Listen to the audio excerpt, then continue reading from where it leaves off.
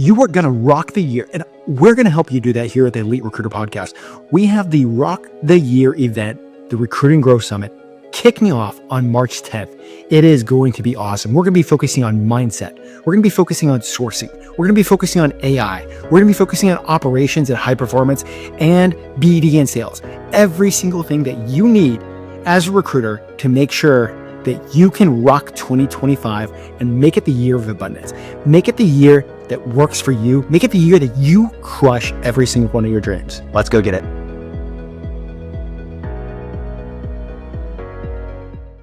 Coming up on this episode of the Elite Recruiter Podcast, I think a lot of recruiters don't sit back and understand the value that they bring to the table as a recruiter. 100%. It's the first thing I work on with anyone. I help people go from $120 to $120,000 desk to a $600,000 desk in a year, all from LinkedIn inbound leads, plus a lot of other, sales coaching and everything else. Like, it's crazy what you can do.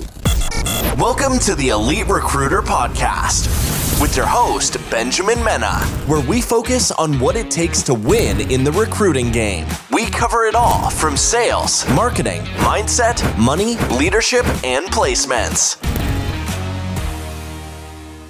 As a recruiter, you have the ability to craft your own story. You have the ability to set yourself up for success.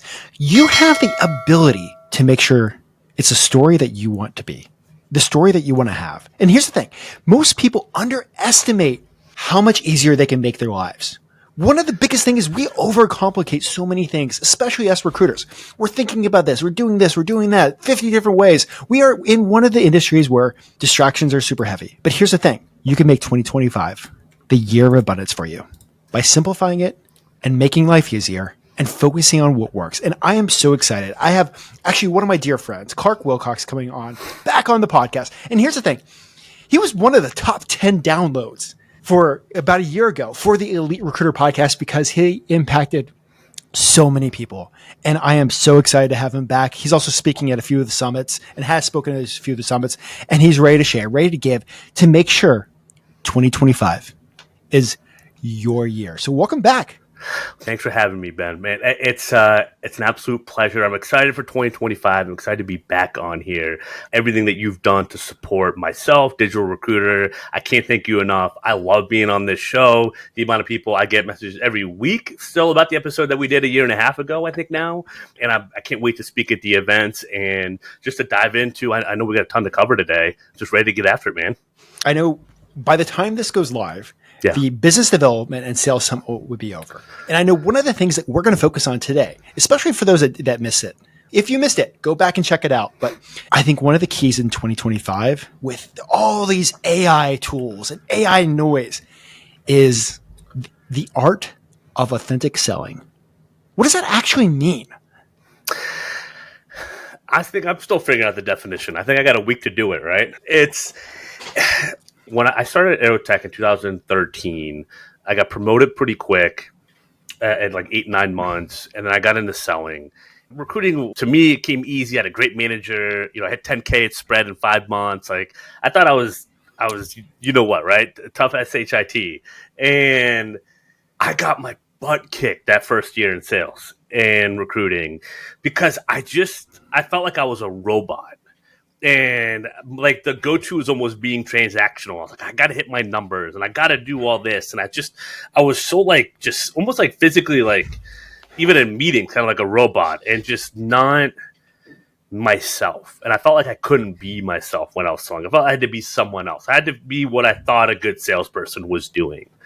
And it wasn't me. And it wasn't authentic, and it was a struggle for so many different reasons, right? Sometimes you had to go through the reps, but I started shadowing different managers that were successful, and the common theme was just how relaxed they were, and that they almost never asked for business in a meeting. I couldn't believe it. And that's what really got me to like, okay, how do I be authentic? How do I just be me in these interactions and have it be more fun? Because people get pitched all the time. And that was 10 years ago. We get way more pitches now every single day. How do I just be me, but still win and still sell? And being authentic, delivering the value, and really investing in what I was doing. And not just myself, but like investing like my market, the hiring managers, what are they going through? And then how do I merge me being me and the value and the service that I offer with where are they at? And constantly working with that harmony and to find that intersection. I hope that's not a bunch of word babble, but like that's like the way I have it in my mind.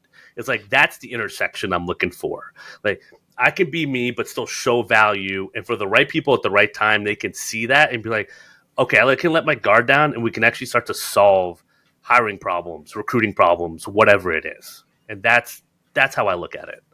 And we'll kind of like walk into like how we go about doing that or where we go in these conversations. But, you know, one of the things as a recruiter, like before we even get there, how do you even start opening these doors? How do you even get to the point of the conversations? Because like it sounds like you were doing this thing. I know the company that you worked for. You followed the script. You went to training. Followed the script.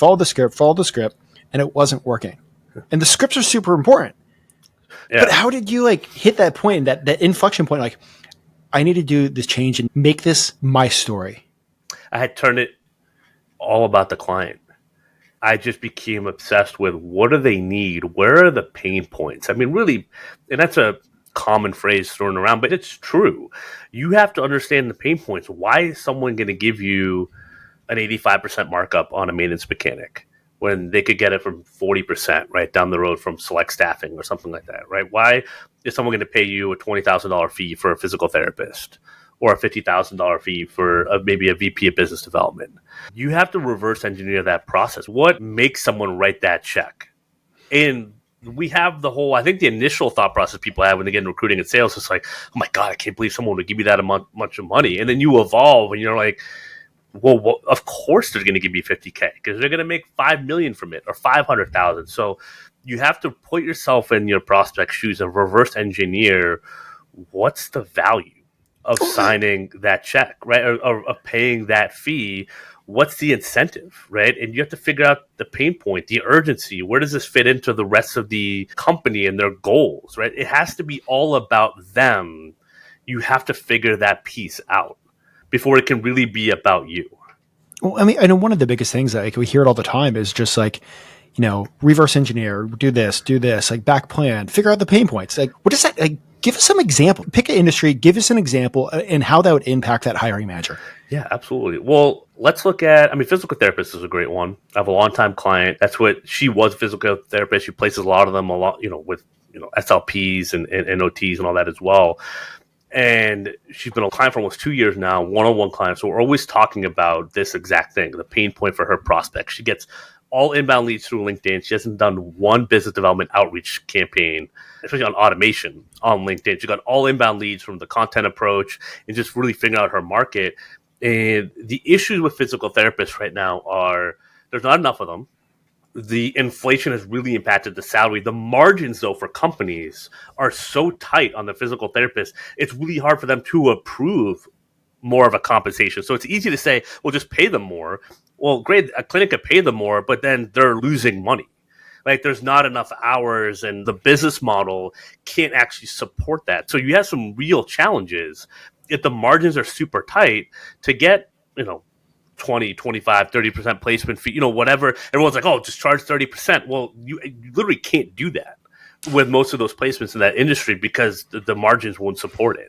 So what do you do then, right? That's a real pain point, right? So then it becomes, well, okay, then that business is worth it. Well, some of it can be worth it. Some of it isn't worth it. So it's figuring out the pain points and really trying to figure it out. Okay, maybe we can't bump up the salary, but what's the health insurance look like? Well, they only cover 50%. Well, what if they cover 100%? Maybe that could actually cover more of the health insurance, and maybe that's where they can allocate. Maybe that's a different part of the budget or whatever that looks like. And understanding the pain points, but then starting to reveal, and then it leads you to asking more questions, right? And so I think that's what we have to look at. And that's what she has to look at is there's compensation, there's insurance, there's what's the candidate pool look like? Are they using job boards? Are they doing proactive recruiting or reactive recruiting? Almost everyone's doing reactive recruiting, right? Post spray and pray, post a job board and pray, job opening and pray, and no one's actually reaching out to people. What's the messaging that's happening, right? Maybe a lot of these companies have no idea how to even message a candidate, let alone find a candidate or message a candidate. And maybe that's the value that you're adding as a third-party recruiter, right? And a lot of third-party recruiters don't even realize that is a value add. that they have in the market because they're so worried about just trying to maybe get clients and get someone to sign an agreement for them. It's like, what is your actual value, right? And in terms of, understanding that with the pain point. Okay, so you've set the pain point, but you've also hit this thing about value. Yeah. And it's something that I love talking about. Like, I think a lot of recruiters don't sit back and understand the value that they bring to the table as a recruiter. 100%. It's the first thing I work on with anyone, whether they're a client or not a client, whether I'm on a sales call or discovery call, if they are a client. The first step in our program, the first thing anyone works on is the value prop. And some people can list it off the top of their head. Most people can't. But that value prop and then working on your ICP, either client or candidate profile, those are the first two things we work on. And well, I'm sure other coaching programs do as well, and everyone should, because you have to have the foundation. You have to know who you are to know who you can serve and who you can serve well.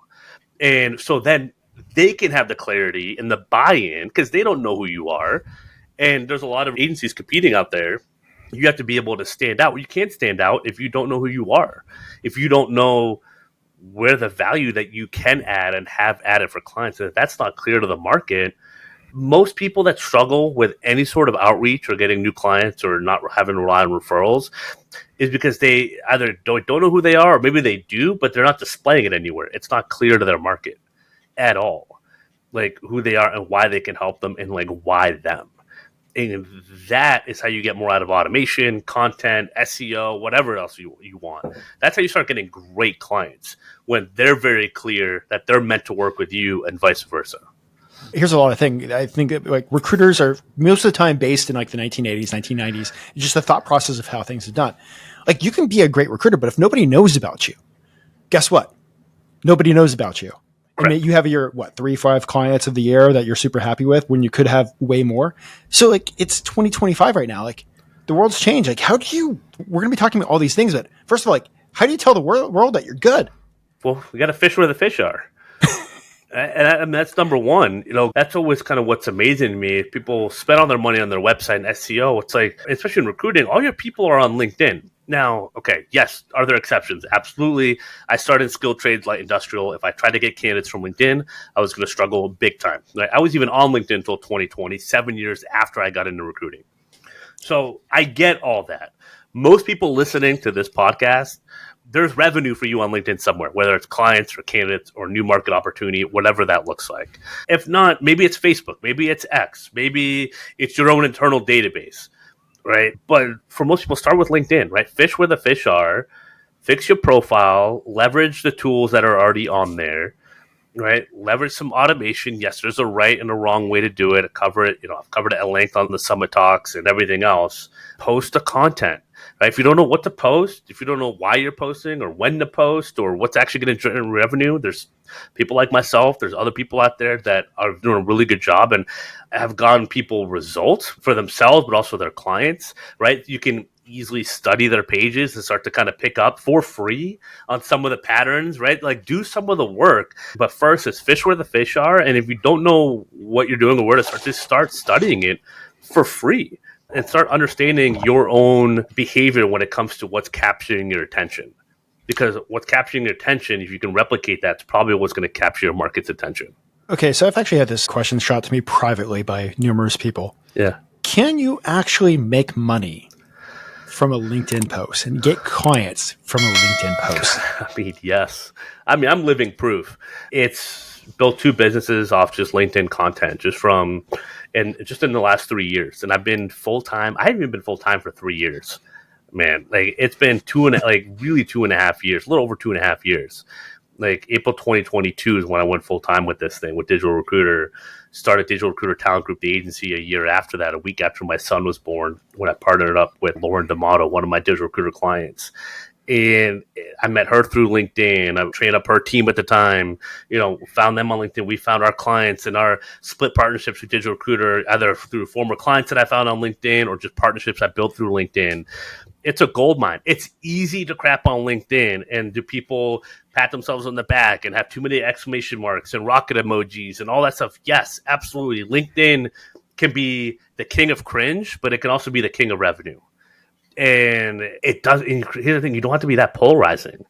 to be honest, it's a great way to get in front of your market daily. It's a sales touch point instead of being in the DMs and hitting them with email and the calls. Hey, are you hiring yet? Are you hiring yet? Just you get to share what you know about recruiting, because recruiting is not rocket science. The execution of recruiting almost feels like rocket science, though. Right. And how many people screw up hiring? Everyone. That's why everyone's complaining about it, and layoffs, and the H-1B1 visa debate on X right now. And everyone's always complaining about hiring and labor and interview process or being mistreated. Like, it affects all of us in some way, shape, or form. You don't have to give the ChatGPT, here's how to recruit. But you got to demonstrate that you're in the game, that you're showing that value. You do that, and you can start getting inbound leads that you can automate and connect with your ecosystem day to day. And you can send them messages. You don't have to send them messages, but you can build that network while you're posting content that's relevant to them.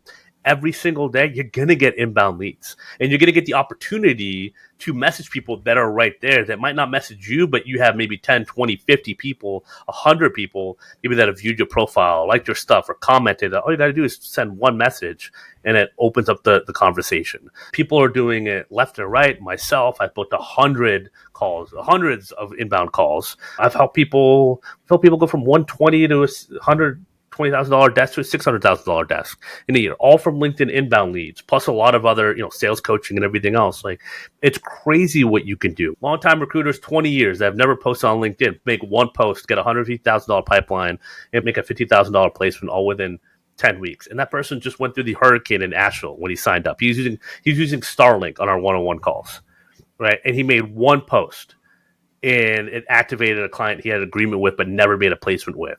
And they got 3 senior level roles with them. Like, it's crazy what you can do, and it doesn't have to take a ton of time, right? It really just depends on your situation. But if you've been at it for a while and you have a network ready to activate, you can start getting results on that today. Well, let's talk about that in a second. Yeah. But you just mentioned the word a few times, network. Like, yeah. I think that's one of the things a lot of recruiters, might misunderstand what their network actually is and what it should be. Let your network surprise you. That's what I've done.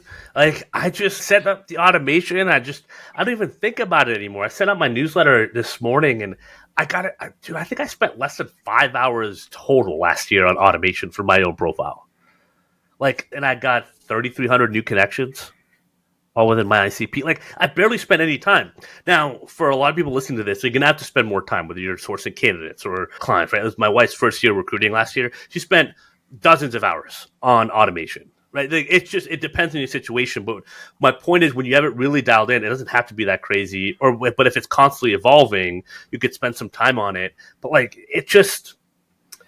it doesn't have to be that crazy to benefit. And your network, I mean, you just don't know. Like, hey, I've been seeing your stuff for a while. I get stuff from 2020. Hey, I want to learn more. What are your offerings right now? Right? Or I get follow-ups from sales calls. Maybe I didn't close right away. I got 3 messages this morning. Hey, can you share with me your updated programs for proposals or whatever that looks like? I'm ready to enroll my person. Okay, great. And that all comes from just being out in front of the network, because you don't know how they're always going to respond to you. But if they're always seeing you, you're giving them the chance to reach out to you. That's fundamentally the mindset shift I try to have everyone that I work with go through, is give people the opportunity to work with you consistently, right? And if you can do that without badgering their inbox one by one and cold calling them 10 times and all that, they're going to be a lot more receptive to it, and they're going to feel like they're doing it on their terms. And if when you think about buying behavior or empowerment, people want to feel like they're in control of the decision to work with someone or to buy you, right? And so that's what you're allowing that to happen with marketing and building that network. And you don't necessarily have to activate the network. They'll activate themselves if you get your messaging right. Looking at, focusing still on building the network for a recruiter that we'll just say has been on LinkedIn for ages, but I hate to say this, most of their network is other recruiters, but they're not recruiting other recruiters. So recruiting engineers. How do you really start focusing on actually building the network so that way the content can activate your network? Yeah, I mean, number one, I would say don't worry about it. Whatever your network is compromised, I have people, I deleted my connections and all that. I don't care. I wouldn't even I don't tell people to waste time on doing that. Now, if you're at 30,000 connections and you need to remove a few thousand to be able to add people maybe in a new ICP or double down on an ICP, sure.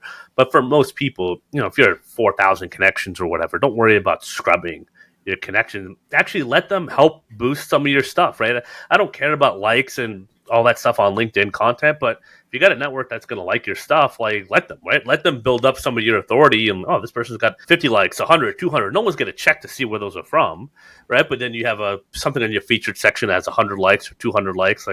Okay, that can look good for some LinkedIn cachet and credibility. So just keep building. But to fix your network, right, to really answer the question is figure out what do you want more of? I always tell people, your strategy on LinkedIn should be, what business do you want more of? Not what business have you closed the most of, right? I had a client just re-up, and he's like, well, we've placed a ton of software engineers, but I don't want to deal with software managers. I'd rather deal with some of these other ones. Okay, let's work on those other ones.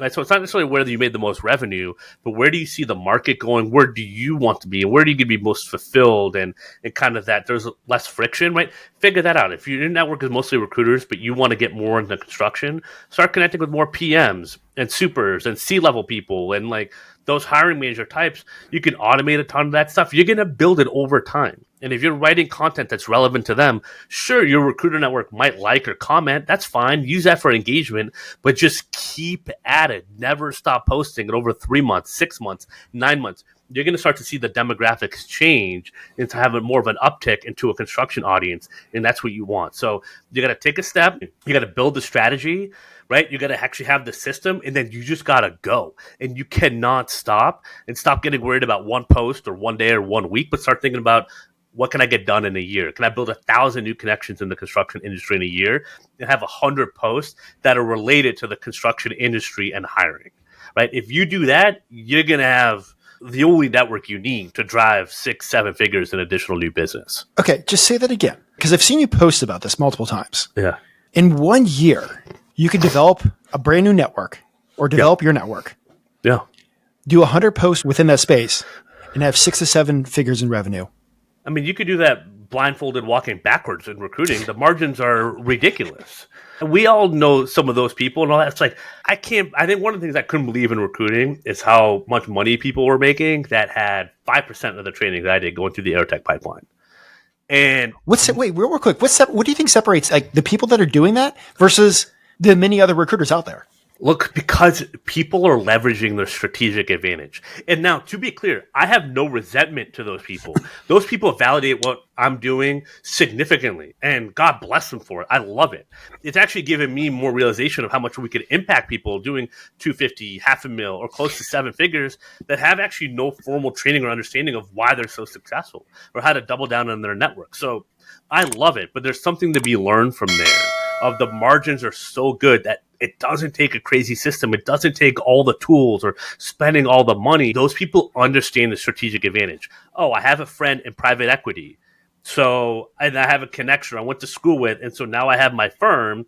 Well, they introduced me to 8 of their portfolio companies. Now I have clients and now I've made good money. That happens over and over again. That's one example that I'm referring to. Right? And because recruiting isn't necessarily rocket science, they can send a few hundred in-mails and justify a recruiter's seat, and boom, they've made some placements, right? They've made maybe $500,000. That's great. That was a lot of people in 2021, 2022. A lot of those people came to me the last 2 years. I'm like, help, I don't know how to make money. I don't know how to have predictability in my business. So there's people that can make money, but a lot less people that have predictability. And that's what Airtech coaches. There's a predictable system of doing your G2s, your interviews, your submittals, right? And so that's what you want to blend. And that's the powerhouse agencies. You've interviewed a lot of those owners as well that mix their network with the systems and the trainings, and they're doing 10 million, 40 million I saw for one, right? They're blending all of that together. Most people kind of get one-dimensional, but you can make a lot of money being one-dimensional in recruiting.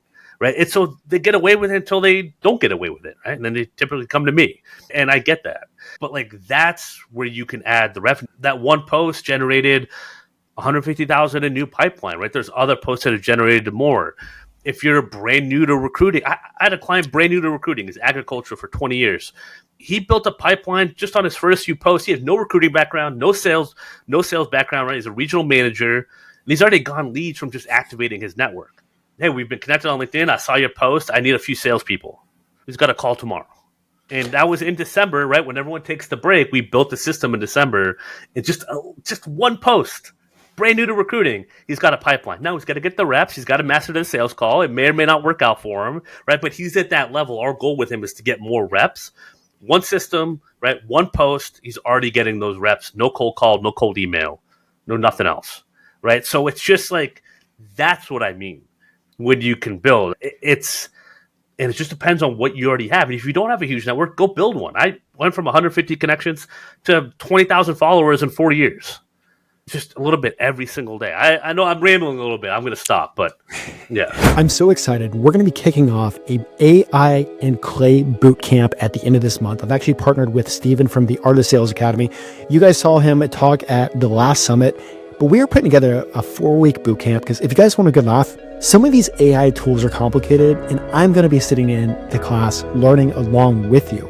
But these AI tools, once you master them, they can have such a huge impact in your business. But the problem is learning the tools. So we're partnered up to put together a boot camp starting at the end of this month to help you master these tools so that way you can multiply what you have done for your recruiting business. And on top of that, I'm also going to add in a free VIP ticket for the Rock the Year Summit so that way you don't miss any of that also. So excited.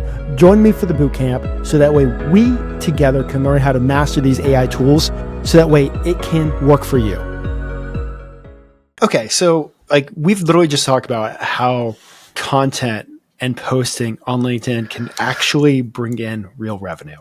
We talked about how figuring out how to, work with your market, work with your network. We've also talked about when it comes to investing in your network.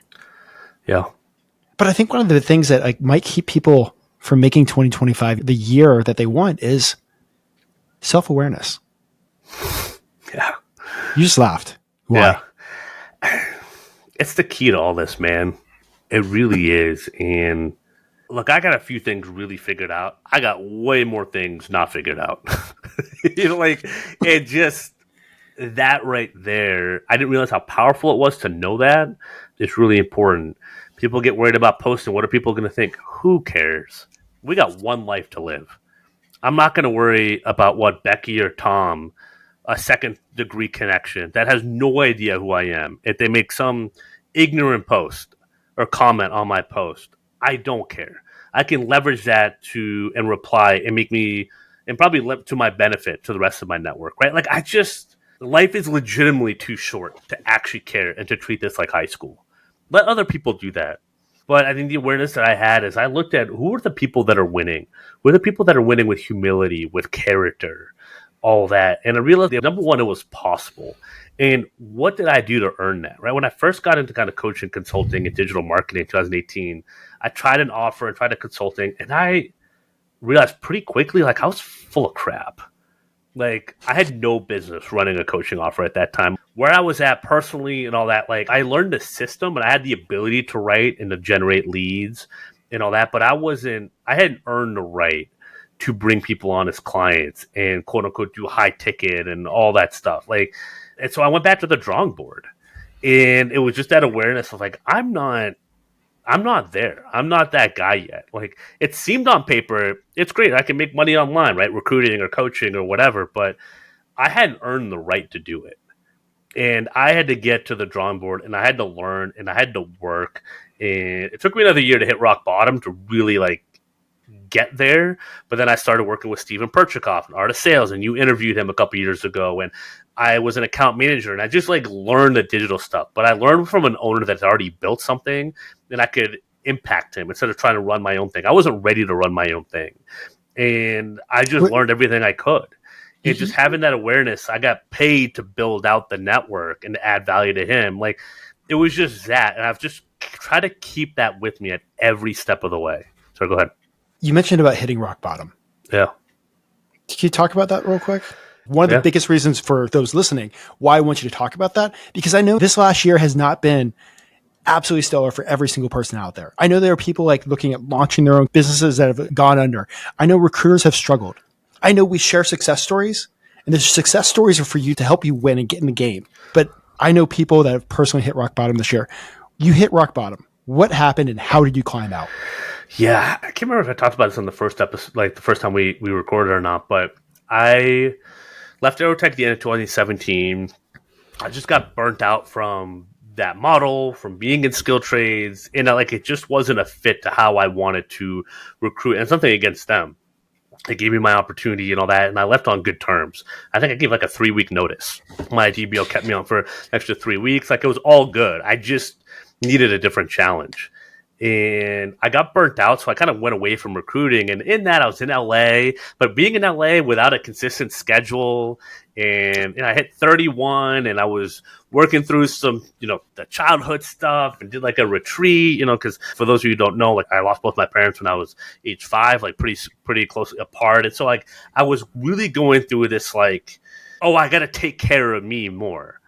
Well, that turned me into a huge prick, to be honest, for a year. And like, I got way too arrogant and blew all my savings and investing into like projects and companies that I shouldn't have. Like, oh, I'm going to be an entrepreneur and all that. And I just made bad decisions. And I think my intentions were, I shouldn't even say my intentions were that great. I just want to make a bunch of money. I think just to say that I made a bunch of money, and being in LA, being on a lot of stuff was like super superficial. I just kind of went down that road a little bit, and I just everything. And I hit it fast, dude. Like, it took me a little over a year to kind of lose 6 figures in savings and everything else living out there. In March, like right before I realized like I had no cash, like 3 weeks before, like, for me, my faith is important. It was like kind of God woke me up and it was just like, hey, all this stuff that you thought wasn't true, you grew up going to church, actually it is true, but here's kind of what you were missing. I was like, oh, I believe in this now. And that was awkward. And it was awkward to like embrace that. And his first test was, okay, and now you have no money. I was like, do you still believe this? And I was like, crap, I do, but I have no money. And I had a friend get me out from LA to Columbus, Ohio. And he basically sponsored my move out there. Like, I wouldn't have been able, I had to, I paid him back over the next 9 months and everything else. But that's the rock bottom. Like, I used up basically all my favors. Like, there's 31, 32, it had hit rock bottom. I was like, what the hell is wrong with me? Like, what am I doing? And I just, in that year of like finding my faith, it wasn't about, oh, I'm better than everyone else. I ate like I had a whole humble pie of like, wow, I thought I was well-intentioned, but my actions have created a ton of collateral damage. Like, I was lacking the self-awareness. Like, I didn't realize that kind of the go-lucky attitude, or let's go out to this and do this and all that. Like, I was having a negative impact way more than I realized. And my behavior, my actions were not lined up with who I thought I should be at all. And that's what kind of my faith woke me up to. It was like how much of not a great person I had been. I wasn't malicious. I wasn't trying to actively hurt people, but it doesn't matter, right? The actions were one thing. So kind of had to pick myself from ground up and just getting that support moving, getting out here. I was so grateful. And I was like, I don't care. That year, I mean, I was making no money and I got a job remodeling for $12 an hour. I was so terrible at it. But those owners were so nice to me, and they still gave me a bonus and all that, just because I was a willing worker, even though I was an absolute meathead. And then I got a job, $15 an hour, with a payment management company, and those owners all were so nice, just gave me opportunity. And all I did was just like, I had a humble approach. I just wanted to work hard, and I had to have the self-awareness of like, I got myself into this, and one day at a time is how I'm going to get myself out. And it was the most impactful year of my life. Was when I was making no money, but I was on the road back to respectability and being like, I don't need this overnight. I'm going to work every single day. I got to make sure I build a system around my life where I'm not complacent and I have focus and I have direction. Otherwise, I get myself into trouble. And I just had to know that about myself, man. And that wasn't the first time I kind of hit rock bottom, but God, I hope it's the last time, God willing. And that's a little bit of the insight to it. But man, if it wasn't for, the grace of God and putting some great people in my life, but also just being like, him telling me like, man, you got to be better, dude. And here's the playbook, right? It's not about being holier than thou and all that. Like, fix your own stuff, right? Take the splinter out of your own eye. And that's a lifetime of work, man. That's a little bit of the story, man. Yeah, but it was brutal. It was pretty bad. What's your advice for a recruiter listening? They've hit rock bottom. They know it's going to take one day at a time, but they want to look in the mirror and have that respectableness again. Forgive yourself for however you got to that point. No one sets out to be a failure, right? Like, I certainly didn't. Just because I didn't know how to win doesn't mean I was trying to lose. Just be like, all right, I'm here. Own it. But I can get out. Like, there's always a way out. There really is. Now, you can come up with how about out of this situation? I don't know. I'm not here to come up with all the different scenarios. But I just, like, okay, I'm here. Accept it. Own it. It's all good. And then you have to develop the attitude. And this is where I think fake it till you make it comes from. But the healthy version of that is I just owned where I was at. I knew I was the one that screwed up, but I figured out a way to forgive myself and have an attitude and just be grateful for the fact that I had a chance to do something. And I made myself very willing to just work and do the grunt jobs people needed to get done, right? I'm not saying no one else would do, but just like, what do people need to do? Like, I'm willing to help anyway. Just have that willingness. Stop deflecting opportunities or being too good for opportunities when you're down and out. Right? Because whatever got you there, clearly the way you were thinking about opportunities before was incorrect. And that's what I realized about myself. Like, the road to success is there's a lot of things sometimes you might not want to do, but you don't have to do it forever. Right? I'm not doing remodeling now. I'm not doing payment management now.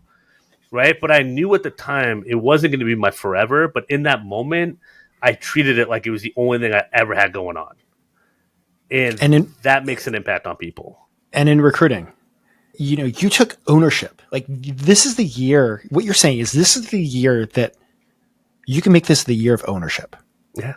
Ownership and action. Yeah. Ownership and action. So I know we've talked about a lot, and I know you've talked a lot about the summits, but in the year of ownership and action, what is the grunt work in recruiting that is going to take you out of where you're at to where you want to be? If you're struggling right now, talk to everyone. Figure out where you can add value. People are like, well, I don't have any roles. Well, okay, well, candidates need help with their LinkedIn or their resume and all that, right? Add value, right? Figure out who you want to serve and where you can add value from a candidate and the client side. Right? Get used to the free consulting and get used to it. I mean, sales is serving. I've given away more, quote unquote, given away more on value on sales calls. I think some people give away in a 6-month program. And I think you have people that can vouch for that. And like, that's just, get comfortable with it. You're going to lose money. You're going to lose deals. Like, who cares? Like, let people know that you got something to offer and just give. Just be willing and give, not to receive, man. Just like put it out there and make it happen, right? As soon as I learned about automation, I was like, everyone's got to know about this. As soon as I learned about the impact of content, I was like, I want to teach everyone about this. Right? And there's different levels of that. Some people are going to be paying customers. Some people won't be, right? I've had a ton of referrals for people that have never paid me a dime. I didn't expect that. I didn't know that was going to happen, but it just came because I was just like, I got to get out there and I got to let people know that I know this and I believe in it. And I think they're missing some things. And what if I could fill in the gap for them? How can a recruiter do that for their own story? Yeah, well, I mean, run the exercise. I mean, you can have ChatGPT help you. How do I define a value prop? Okay, this is what I've done. How would you craft it for me? This is the type of clients I would work with. Like, create like an ideal candidate or client document for me. Like, create a LinkedIn profile with that. Like, I'm giving away the game here, but like, you can do it yourself. Just remove the rocket emojis, right? And I missed the rocket emoji. Stupid ChatGPT. Like, just fix up your profile. Make it aware. I can believe when I fixed my profile and started automation and ran automation campaigns to connect with more recruiters. Like, oh, you worked at Aerotech, you did that. Like, that's super cool. Like, I'm on the phone with you because you worked at Aerotech. Like, I respect that. Or like, oh, I had no idea how much value and pull that had in the market. To me, they were like, they just hired me and it was just what I did. And like, you know what I mean? Like, let the market almost surprise you, but put yourself out there, and share your thoughts, share where there's value. As a perfect example, I'm in the government contracting space. Yeah. I've probably been hiding under a rock for a long time, like most government contract recruiters, because we live in a cleared secret society. So you're saying that I need to be out there sitting there talking more and just being excited about all the different things. And like, hey guys, have you guys checked out this like new AI automation tools when it comes to getting government bids and RFPs out? Yeah, but how many people don't know that? So this is the kind of stuff that I should be doing as a recruiter. Absolutely. For me, I was just talking about automation. I posted a couple times about it in the inbox, and I had people look at my profile and my post like, yo, what is this LinkedIn automation? This is when I was just starting Digital Recruiter. And I was like, oh, you can do this, you can do that. And they're like, that's insane. And like, I'd find some, common, piece that we had where they're like, I love your post. And, Matt, that was off like my first 3 or 4 posts doing this. I was like, I've been using this automation tool. It's super cool. And I got on a phone and I talked to the owner and they were like, they just like liked me and they were cool. And like, next thing I know, like they, paid me a few $1,000s to like get 2 of their people up and running on automation for a few weeks and all that. And then that we made their candidate and their clients work a lot easier. And I was just like, they're like, wow, this really does work. Right. And I had to figure out, to build the courses and everything else, but they were like, the value is there. I just shared with it and I just showed in the messaging. I didn't really know how I was going to pitch them or what the offer was going to be. But I'm like, this is a really cool way. And their problem was they wanted more clients and they wanted to make candidate outreach also easier for some of their recruiters as well. And I was like, I know I can do that for you. I've done that. And it's just like, then we got on the phone and we figured out I didn't have all the answers beforehand. So we need to literally move the rock out of the way and get over ourselves and go out there and post. Yes. Like share what's Sum up interesting. this entire conversation. Yeah, and to simplify it, I've told clients like post the boring stuff. And what does that mean? The stuff to you, Ben, like this automation tool that you've probably known about for a while now, like the stuff that's like, wait, doesn't everyone know that? That's what you should be posting. Because shouldn't everyone know that means that you really know it in and out, but your ideal prospecting managers or clients don't. Because that's typically what you're doing, on a cold call, a cold email. You're just trying to figure out like who actually needs me, right? We're always looking for people that work with agencies, right? Because that means that they've already paid agencies or signed, but they're maybe not happy with their current ones right now, right? That's the whole thing. That's like, hey, there's a better solution, but maybe they weren't aware of that, right? They weren't solution aware. Like, that's what you're sharing. Because people, and just look at your own behavior. Who do you follow on social media? That we all have those blogs that we go to, the creators that we follow. Like, think about why. A lot of the times, it's not people that are the most polarizing. It's just their value or their take on something that, people don't follow a million health influencers. You probably have your 1 or 2 that you pay attention to. Why? Out of all the thousands of them, right? Like, and understand that. It's probably because they're connected with you on like an authentic level and they feel relatable, right? And they're talking about information that you could find on Google or ChatGPT, but they're delivering it in a way that makes you, again, we talk about authentic sales, that makes you drawn to them as the individual. So it's the way they're packaging the information that you're drawn to. It's the same thing with your market, right? Especially with what you built with your podcast and everything, Ben. Like, you start talking about those things, I guarantee you're going to get way more leads and way more business. People are like, yeah, we were just wondering about that. Well, you know how that works? You've been through that? Well, can we just work with you? Because we don't know where to find that person that actually knows how to work with the system and go find the talent. That's it. That's a 200-word post a couple times a week. Like, that's it. That's all. I say I'm minimizing the effort. I mean, you got to get there. But like, compared to whatever else it would take to get that type of interest and urgency from a prospect, there's nothing that beats it. Okay, so we've literally covered from A to Z how you can take ownership of your and absolutely change the story that you want to write yourself. Yeah. Before we jump to the quickfire questions, is there anything that you want to cover on those topics that we've just hammered through? Good sales, good marketing is boring. Like, when you're like, oh, I got to do this I'm just going to throw this post out there and all that. Like, yep, when you know what works, you get to double down on it. And guess what? Then you have time to figure out other stuff, right? But your top of funnel as a recruiter in 2025 should almost feel like it's on autopilot. And if it's not, like, you have to fix that, because that's what's going to free up more time for that medium and bottom funnel activities, right? You get more interviews set up, more placement, and the ability to work on more roles at the same time, not rely on in-mails and just tools, but like, you yourself can make yourself more profitable. And it's through the boring stuff. It's not more tools. It's not, everything else. It's just through getting more out of yourself. And it's not that crazy to do it. And then when you get it done right, it's boring. Like, you can just copy and paste your own content probably, or repurpose some of it on autopilot, and it's going to get a few likes, a few thousand impressions, and probably generate some leads or some lead opportunities. Like, that is possible for every single recruiter in 2025. Love that. Well, let's just talk about this, jumping into the quickfire question. Some of these questions I asked you previously, a year and a half ago. Love to get your take on if things have changed. But you got a recruiter that reaches out to you, or something like that just recently happened, has never been a recruiter before, just getting started in this game. What advice would you tell them to win? Have a runway of at least 1 or 2 years of finances, because that buys you the time to get the reps. You have to get the reps. You have to embrace not being good in the beginning. If you have no runway, if you need money in 3 months, 6 months, I wouldn't do it. I would do something else, where I would get some sort of full-time job and build your agency on the side first. This particular person I talked to for 2 years before he made the jump, and he is 2 years saved up. And that's why I felt comfortable working with him. I don't work with people that have no runway that are brand new to recruiting, unless it's a side hustle. But if they're only relying on it, because then you're going to be selling scared, and that's no way to win. So have a runway, number one, because you have to respect how hard this is to get great business and great clients and to close stuff and not waste your time. What everyone does, sign agreements. So I got all these roles, I'm going to fill them, but they haven't qualified them nearly well enough. And that's the second point I would say is your client and rec qualification process has to be so dialed in. You have to be obsessed with it. That's where most people need the most help. But their ego won't let them admit it. Because like, well, how hard can it be? In the amount that I've helped even veteran recruiters get better at qualifying business in their roles, and I'm not, look, I just follow the process that works like crazy. Like that's it. But sometimes we just need someone to check ourselves on that piece of it. So have a runway and qualify like crazy.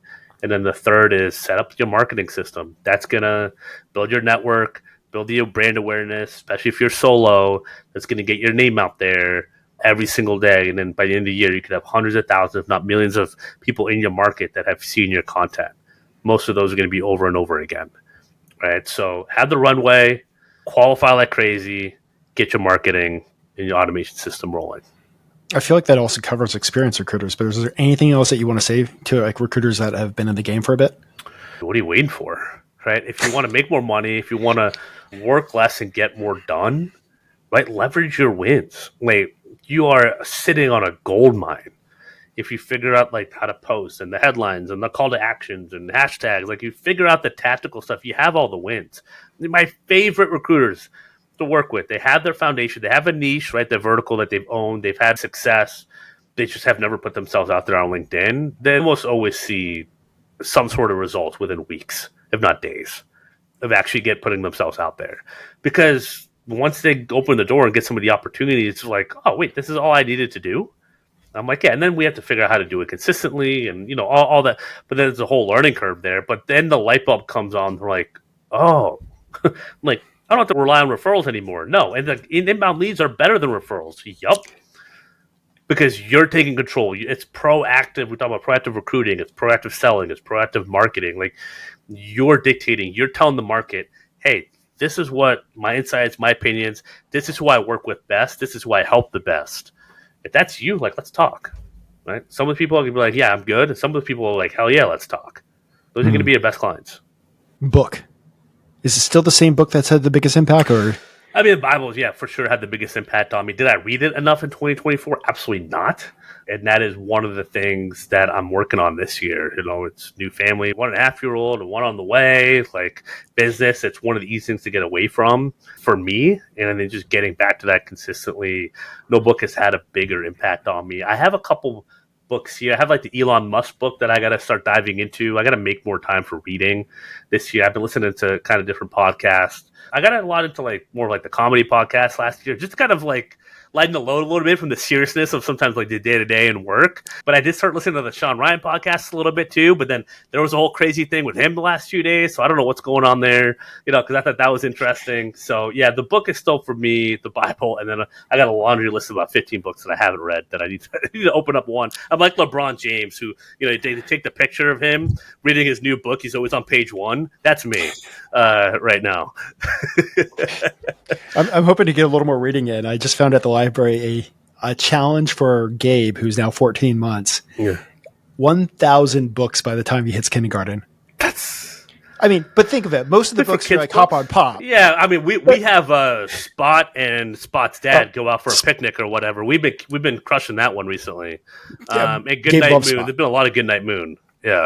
But I'll start adding in some of these business books. Like Gabe just got done reading The Psychology of Money. Yeah.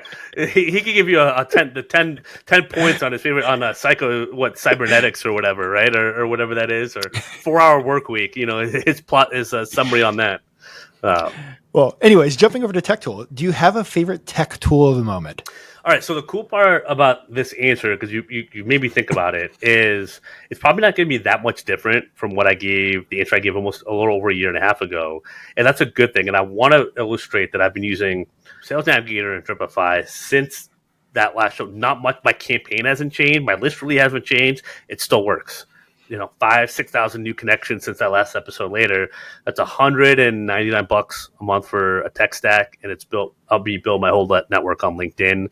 I love it. I like using HemingwayApp.com. It's free, and I copy and paste my posts in there. It shows like the reading level that everything's at, and you want to keep things typically around a grade 5 reading level for social media content. That's going to get engagement, and people are going to read and understand and want to reach out to you for it. Yes, grade 5. I know that might sound a little pathetic, but that's the truth.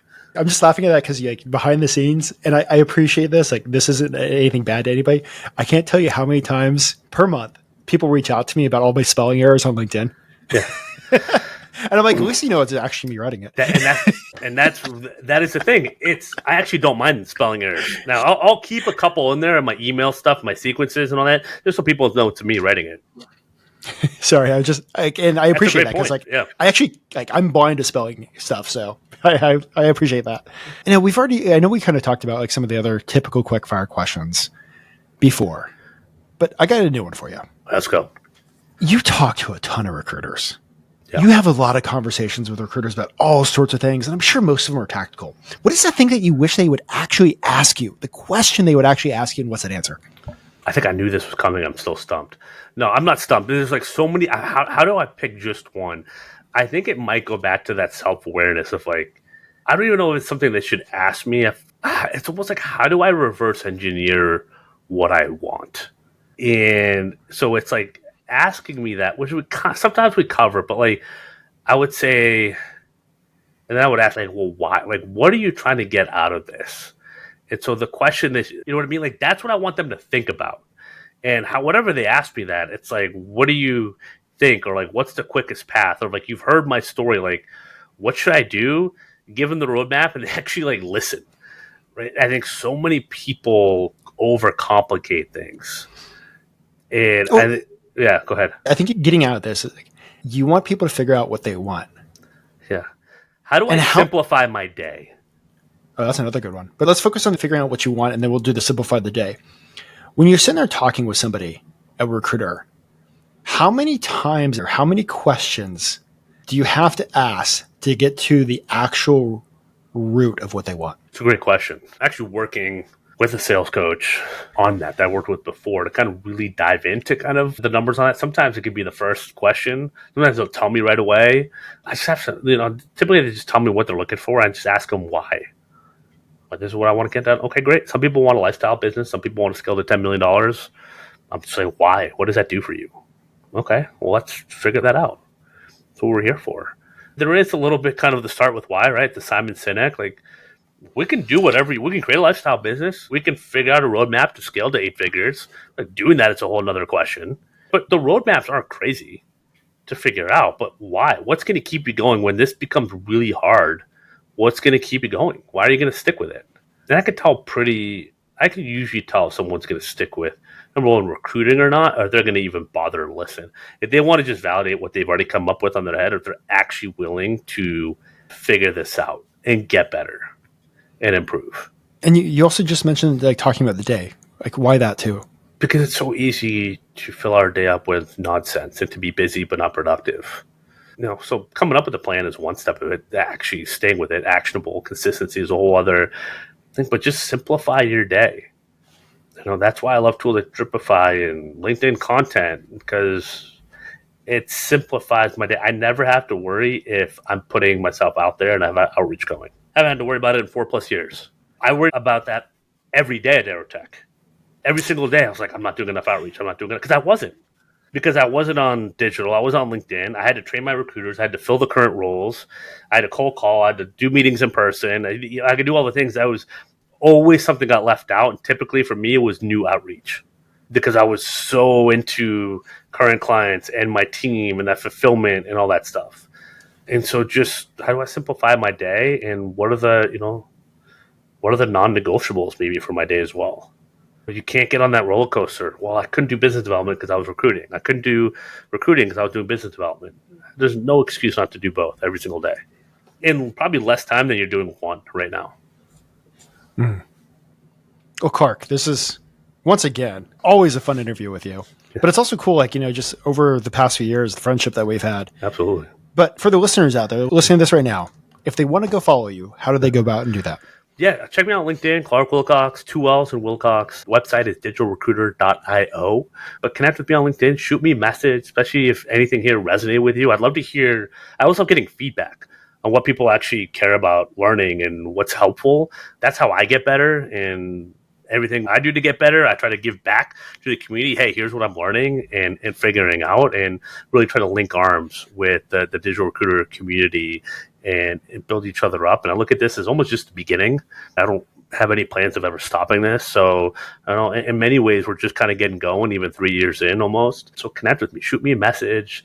I'd love to hear what you're working on, what you're thinking about in terms of automation, content, the digital recruiter challenge of making 1,000 new connections, 100 posts this year. If you want to get in and really partner up on working with that, hit me up. We got some, great community and some different options on how you can get involved and invest in yourself. And they're pretty reasonable. We have stuff at every different price point. So we'll, kind of figure out where, kind of meet you where you're at, see how we can support you or your team. And even sometimes that might just be liking each other's content, right? Or just being connected. So just reach out, and any of this resonates with you, reach out, send me a message, and we'll go from there. Awesome. And so we covered a lot. Yeah. But I think the most important thing is the self-awareness that you have to craft the story and create the year that you want. Yeah. Be patient with yourself when you have that. So, the whole Rome wasn't built in a day. It's it's always going to take a little longer than you think. Before I let you go, is there anything else that you want to share with the people listening? Self-awareness, patience, have fun with it, right? Have a smile when you're on your sales calls. Have fun with your sales calls, the prospects, with candidates. Enjoy the ride, no matter where you're at.